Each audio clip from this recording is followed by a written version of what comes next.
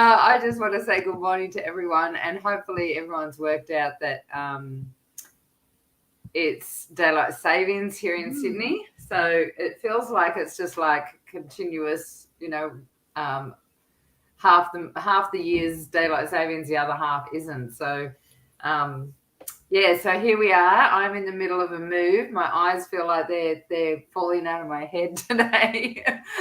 I've got so much stuff and going up and down stairs as well, which is a big one for the first time, which is going to take me fit. Yeah, no, they're actually. I noticed that I'm feeling this getting back into my when you don't recognize something until the opposite's happening. So yesterday I was walking back down the stairs after taking some big boxes, and I felt my body all alive, and I just recognized it was the last time I felt that was when I was in the rainforest. So so like 6 years ago. So Sydney hasn't been good for me spiritually, but it was also part of, I had to do it. Like it was something, family and obligations and all that sort of stuff. So, I was guided to go there. So that's what you do, like regardless of what you want, you just, that there's lessons. Fall in. That's right. So I feel like this breath of fresh air ever since. Except for now, I'm sitting in a room that's still it's all been freshly painted. So I've got my diffuser on, but it's obviously still affecting my throat a bit because I've got the door closed. But anyway, how are you two lovely ladies? Yeah, really, really well, thank you. We had a little bit of an interesting day yesterday, personally. My mum actually got her car stolen from her home, and the intruders came in while mum was home, stole her handbag and her phone, and then took the car within about 5 minutes. So, I'm feeling a little... as well, a little bit, not necessarily shaken, just it was such a big day yesterday that I can really relate to going, gee, my eyes kind of feel like they're falling out of my head today. Yeah. Because by the time you address everything, you problem solve all the roadblocks of not having all your usual information and being a Sunday with the banks closed and all that kind of thing. So, so that was eventful, to say the least. So I'm incredibly grateful that today is a public holiday, and that there's still that opportunity to kind of get back into the swing of things. Yeah. So it's public holiday up there for you guys as well. Yeah, it's so nice just knowing I've got a few things on today, but it's nice to know that I've got an extra day. What about you, Nicolette? Well, I've been on the Gold Coast since Saturday, and Andrew's daughter drove up this morning with her cousin. They just arrived just before this, and we had coffee and breakfast, and we've got seats by the pool, and we're like just across from the beach, and we've got a late checkout at 12. So I'm still in the weekend. I'm like, gorgeous. That's awesome. So nice to be near the water and to really relax. It's been a beautiful weekend. Cool. Yeah. So I'm sending you both lots of ocean energy. I can feel it. Thank you. Yeah.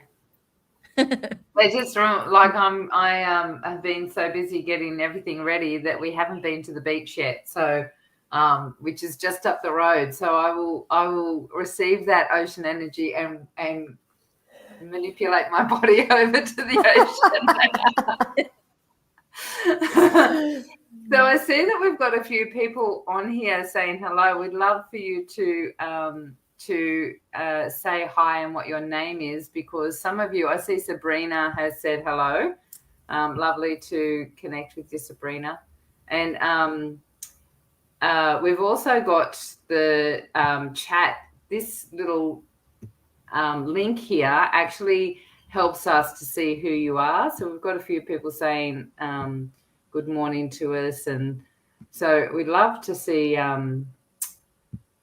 who's with us, because we can't see your names when we're on here. So today we're actually talking about spiritual traps as part 2, because part 1, is such a big subject, isn't it? But also Nicolette wasn't on because she was doing other things.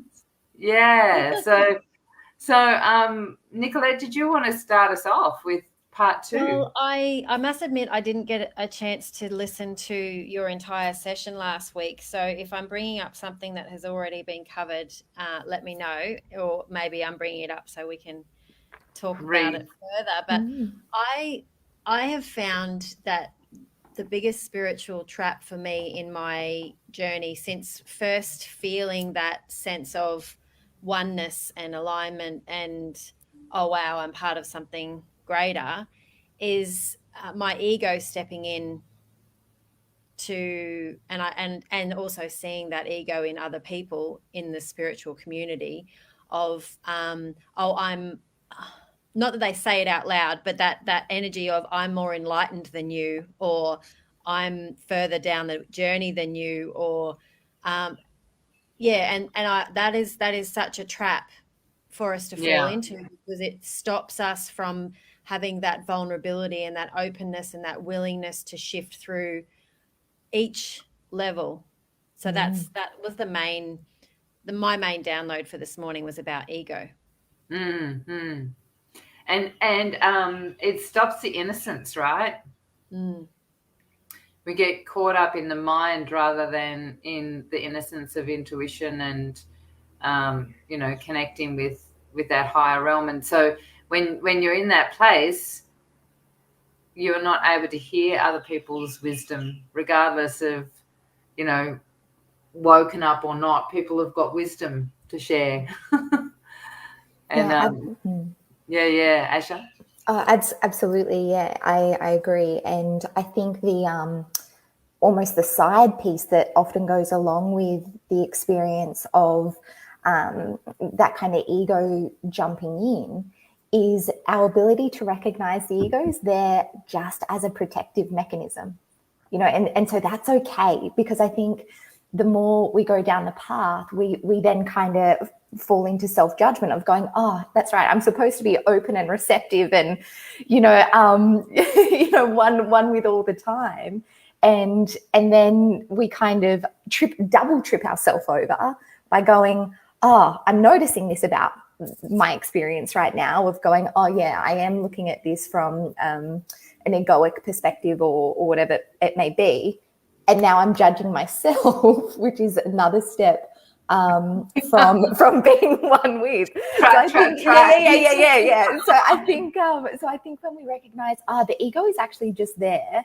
as a protective mechanism, and that's okay, because we continually move between the mechanisms of self-protection and the mechanisms of being in alignment, and then just noticing, and like we started our conversation a number of weeks ago, back to the observer, so we can come back in. But I agree, Nicolette, definitely see it time and time again, where that ego kind of assumes a higher perspective than others. And the thing that I also see play out in that is that then it kind of can breed frustration in other people not being at the same level.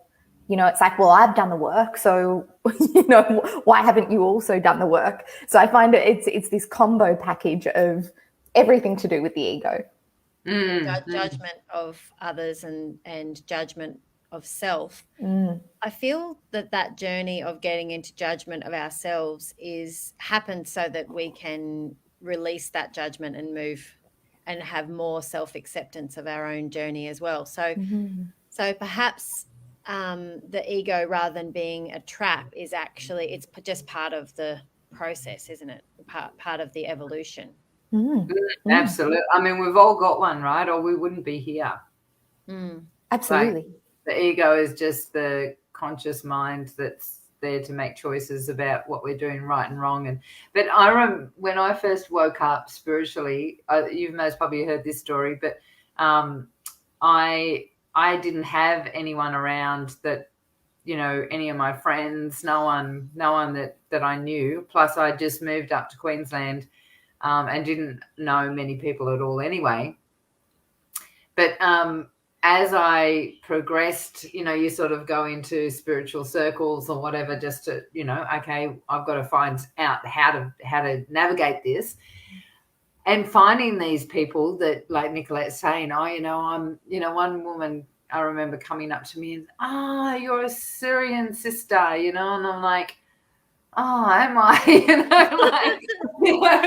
And people that had been to Atlantis and like all these different, the God Code, all these things that were being sprouted out at me that I had no idea about, and people saying, like, oh, my guide said, and he's standing here and he's a Native American Indian, and starting to judge myself because I didn't see any guides, I didn't see anything, and I didn't know if I'd been to Atlantis or not, and blah blah blah blah blah, And so when I started progressing through the process and acknowledging or understanding, observing, I suppose is the right one, of what the ego was and what the spirit was, and recognizing the spirit, I realized that what I was already doing naturally, which most people are, is what they were talking about, but they were using a different language, and that I didn't have to know anything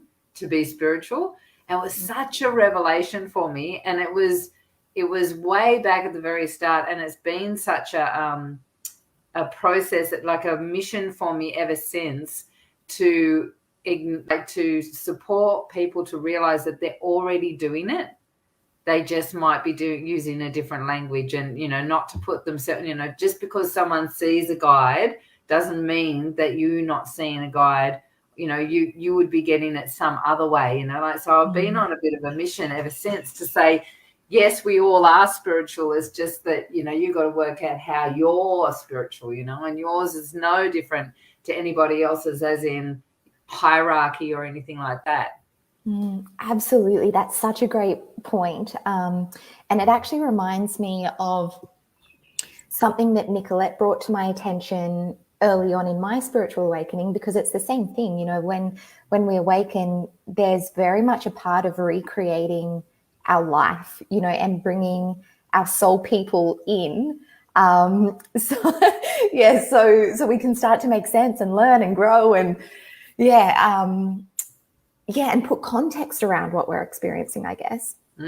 And the more Nicolette and I communicated, I would have kind of drops of consciousness come in, and I had always just assumed that was just a way that my mind works, and never thought anything of it. And Nicolette was the one that pointed out to me, Ash, you're a channeler, you're channeling, that's not actually your wisdom. That's divine wisdom that's just been given to you, because there's no way that you could know that.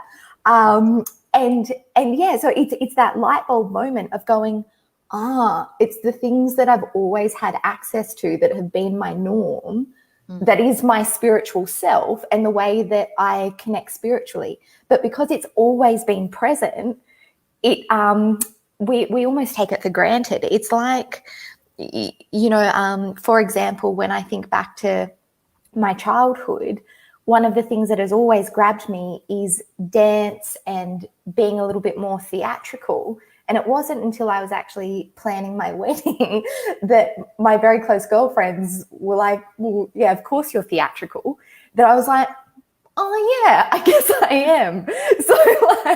So it's all of who we truly are. And it's not until someone flicks that mirror around to go, well, of course this is your version of whatever it is, of your true self, higher self, spiritual connection, that we go, at least for me anyway. Yeah, absolutely. Those light bulb moments, right?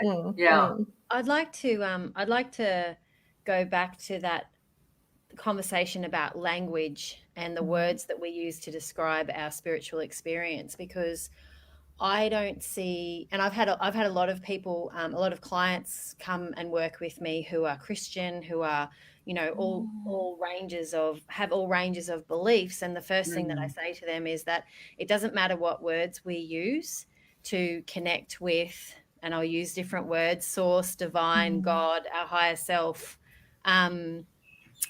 It doesn't actually matter, because it's all the same thing. And when I realized that was a really big part of my awakening, because my connection with my grandparents, who were very religious, and my son was christened in their church and that sort of thing. I was like, oh, what I'm experiencing and what I'm doing, and the words that are making sense to me, it's actually no different to what they experienced and what they created in their life and in their community. And as I talk about that, can you feel I'm quite emotional about that, because my grandparents are very much part of who I am, as are my parents, as are my family. But we don't necessarily use the same words to describe what's happening for us. And the ego steps in here as well, because people think that their words are better than the other. Yeah. I was just going to mention that that's where there's a huge trap with spiritual, a spiritual trap is that what you're speaking about, or that your connection is any different or better than anybody else's, and this hierarchy that comes in. It's definitely a spiritual trap. Like when I moved to Far North Queensland, I eventually found myself at Holloways Beach, and the first woman I met was a 70-year-old Christian woman. She ended up being our surrogate grandmother. I used to take her shopping and stuff because she didn't have a car, and we would have some amazing conversations, because it took me a while to identify that she was like that. The language she was using was different to mine, but we were talking about the same thing. Like, took me a little while, but once I did, I remember her telling me about a dream that she had where, because her husband had died about a year before she'd met me, and she had a dream where she was at a bus stop and a bus coming, and he was on the bus, and there was someone driving the bus, and she had the opportunity to make a decision whether she was getting on the bus or not, and us having a discussion about what that meant. And and it was really beautiful time for me, because it was that real connection of what my language was and her language was, and that and then reading the Bible myself and realizing that there was, I can't remember his name now actually, but a guy that's what he was known for was dream interpretation. He ended up in jail, and then he dreamt, or he interpreted the king's dream about the 7 years of prosperity and then 7 years of famine, and so saved Egypt, because he got them to put all the wheat together and store in those first 7 years, and then that was able to save the people in the 7 years of famine, so through a dream interpretation. So it is really beautiful when you can recognize that, and open yourself up to a person that's in front of you, and who are they, regardless of their language or their what you're seeing. They're another spirit. When you were talking about guides, and I was talking about grandma and grandpa, that just reminded me that when I first started tuning into grandma as a guide, I was quite skeptical about, is she actually guiding me, or is this my memory of her and my tuning into what would grandma do in this situation? And then when I let go of, well, it doesn't actually matter, and just trust that was the guidance that I needed to tune into, regardless of whether, her being a guide is real or not, it actually didn't matter. And yeah, so I just wanted to voice that, because I think that a lot of people who are stepping into the spiritual work, they question everything all the time, and it's like, well, it actually doesn't matter if it's working for you. It doesn't matter. Absolutely. So good. Absolutely, Nicolette. Yeah. Like if it's working, then it doesn't really matter, right? Like if it's still moving you forward, all the labels that we put on it.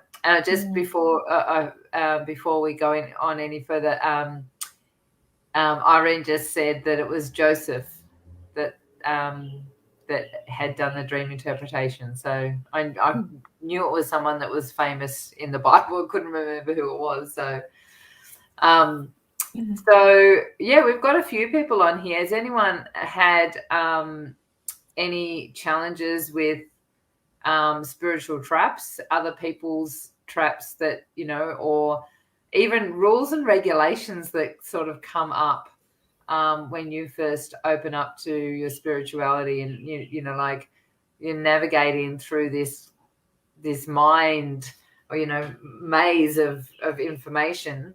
Has anyone had any challenges with that as they've opened up spiritually? I'd love to know in the chat. So I think we can definitely do a part 3 because there's so many different aspects of different, the language is such a big one, isn't it? Which creates the hierarchy and the judgment of I'm better than you because I know more, or I've been more places. I know all of my past lives, and this is my last one. I remember a time when people were saying to me on a regular basis, I've been told this is my last past life. This is my last life. I'm like, oh, poor you. I want to come back down again. And what does that mean, right? I mean, meaning and definition is another big thing, because you could mean that, I could go quite easily into the interpretation of, that means that the planet is evolving and moving up into a higher vibration, and you're not going to be able to vibrate at that frequency, so you can't come back. You could go there, or you could go, like that means that's all the lives that you need. She's fully evolved. Fully evolved, and you're the one being left behind, or whatever. And we do that comparison in absolutely in our current life all the time. Like I know between Asha and I, there's been this like for me, because Asha has so much experience in psychology and has that training, I've had a massive respect for her because that's something that I don't have. And, with you, Elizabeth, you've got so many years of past life regressions and spiritual work that's something that I don't have. So that's a comparison that I make between the two of you. And I think that everyone does that comparison and putting themselves until they don't. Until you realize that, we're all a reflection of each other and we're all part of the one. And my reflection to you might be creative expression, or it might be, a different way that I channel, or whatever it is that I reflect to you, and harnessing that worth and stopping the game of playing small and playing like I'm lesser than. Is a massive part of my own spiritual growth, I know, and the trap in it is the comparison. And so true, because that's so many people that, like, it's our nature, right? It's our nature to compare, like we've got to assess, is there a tiger outside the cave, right? So there's this assessment going on a regular basis. And so the ego goes into that comparison, and yet so many years of psychology or past life regression or spirituality or whatever. But when we're all in the oneness and intuitive, that wisdom is eternal. And so regardless of who we are, we can tap into it, right? Mhm. Yeah. And so out of the mouths of babes, as they say in the Bible, like be as innocent as a child. Is, when you're in that space, time and space is irrelevant. So it's interesting what the ego does. Hey, what the mind starts to in a survival mode, Separates us to keep us safe. And so we can have an experience. Hey, often, unfortunately, just the way it is, the ego or the mind has been conditioned to navigate more towards the negative experience rather than the positive experience. We tend to look at our survival rather than our creation. So it's such a good point. And what, for me, it kind of ties a lot together because comparison is really about in-group and out-group, which was, that part of our mind that distinguished in-group, out-group was evolved about 50 million years ago. So it's in terms of evolution, it's a reasonably new part of our neuronal anatomy. However, interestingly, in the comparison from that evolutionary perspective, we like people who are like us with a little bit of difference because, and I feel like, if we look at the three of us here, there's such an overlap in shared knowledge, shared mission, exuberance, genuine love for one another. And then it's those flourishings on the outside that bring that real sense of the whole is greater than the sum of its parts. And then again, if we look at that evolutionary perspective, where we come into a trap is if people are too different from us from an outside perspective, that part of our brain makes us want to do that. And that's when we get exclusion or harsher treatment to that out group. So for me, in terms of this, the spiritual evolution of the collective, it's about going, well, those signifiers of you're different to me, so therefore I'm going to put my resources over here, is only part of our evolution in times of famine and hardship. So we could store resources for smaller groups. But the chaos that has come out of that, wars, separation, all sorts of injustice. So for me, it's about catching that. Yeah, exactly. And going, oh, hang on, what we share as human beings trumps any degree of separation or signifier that you're different from me. Because when you strip away social conditioning and exterior differences, we are the same energetically. We're born of the same thing. Is like Elizabeth's wearing this pink shirt, and if I were to sit here and go, oh, I'd never wear a pink shirt like that. Like instead of, oh wow, she looks so comfortable and happy in that pink shirt. That's the same feeling that I have when I wear this top. That's really cool. We connect with that same feeling, but from a different experience. So it's no, like how people behave to each other is literally no different to that, but on the bigger topics. Absolutely. Yeah. Sharon just put on beautiful. Yeah. And I actually feel like I'd love to address this maybe next week, because it's a really interesting topic. And it is, there is a lot of controversy around it at the moment. So just for anyone that might be just listening on the podcast, recently questions coming becoming aware of the darkness on the planet and being told not to focus on the dark in the world, but doing our own shadow work wakes us up to this. So in quotes, when good men do nothing, not enough to just focus on the light. So she's, as a question mark. I'd love to address that next week. I've got another thing that I need to go to myself, and I know that we're doing this at 9:30 Sydney time, so you guys most probably got other things going on as well. Thank you for being here so early in the morning for our call. What has everyone got on this week? Anything exciting?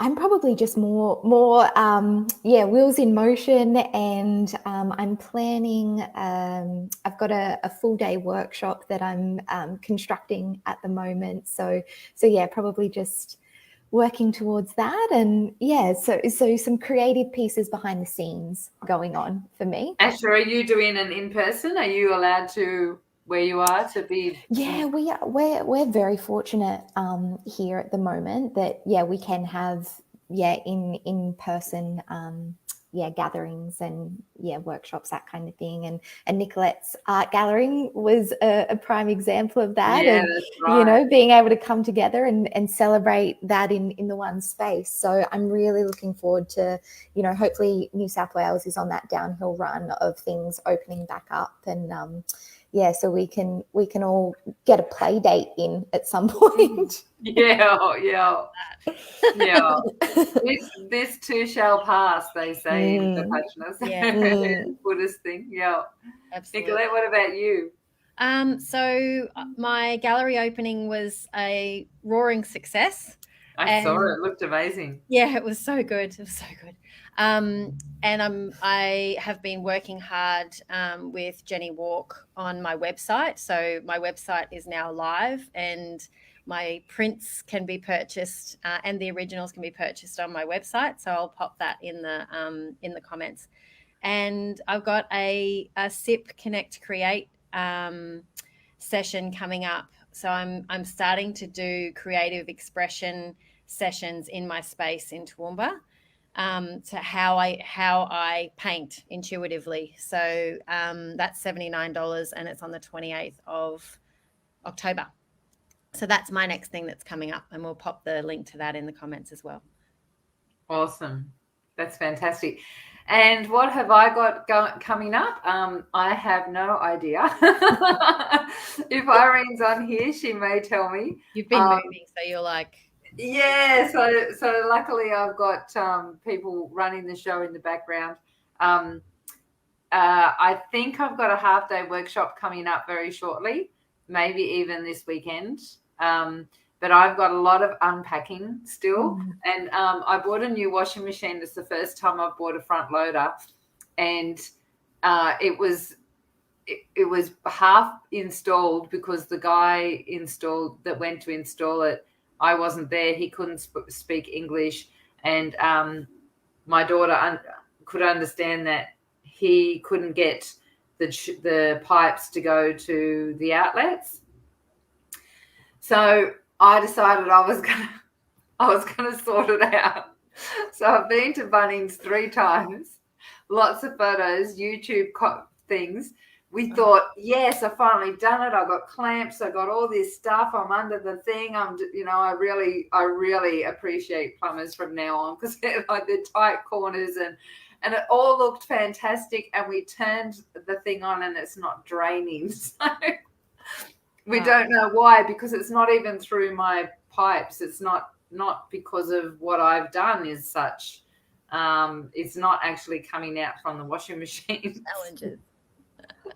So I said to Carly, I can see myself ringing up a plumber and going, well, I actually thought I'd do it myself. I went to Bunnings and listened to them, and I went on YouTube and I said to Carly, I can imagine him going, I've heard this 100 times. And yes, I'll come and fix your problem. Good on you for giving it a crack. Yeah. So that's my mission today, is to work out why the washing machine's not working. And if it's a front loader, I'm like, this is why I didn't want a front loader, because you can't unlock it. So we had to put the emergency thing on. So it's been fun and games. We've laughed all the way through it. So this Saturday at 9 a.m. is the half-day workshop. So thank you, Irene. So lovely to have you all on. It's so lovely to have Helen's put some beautiful a beautiful comment. I love these conversations flow from week to week. Thank you so much, hon. We love having you here as well. So take care. Enjoy the rest of your week, everyone. And looking forward to we'll actually make it Spiritual Traps Part 3, but I feel like we should address that question that thing that came up from Sharon. I think that's a great conversation to be had, right? I'm very passionate about it. So look, watch me go. Awesome. Take care, everyone, and we'll catch up soon.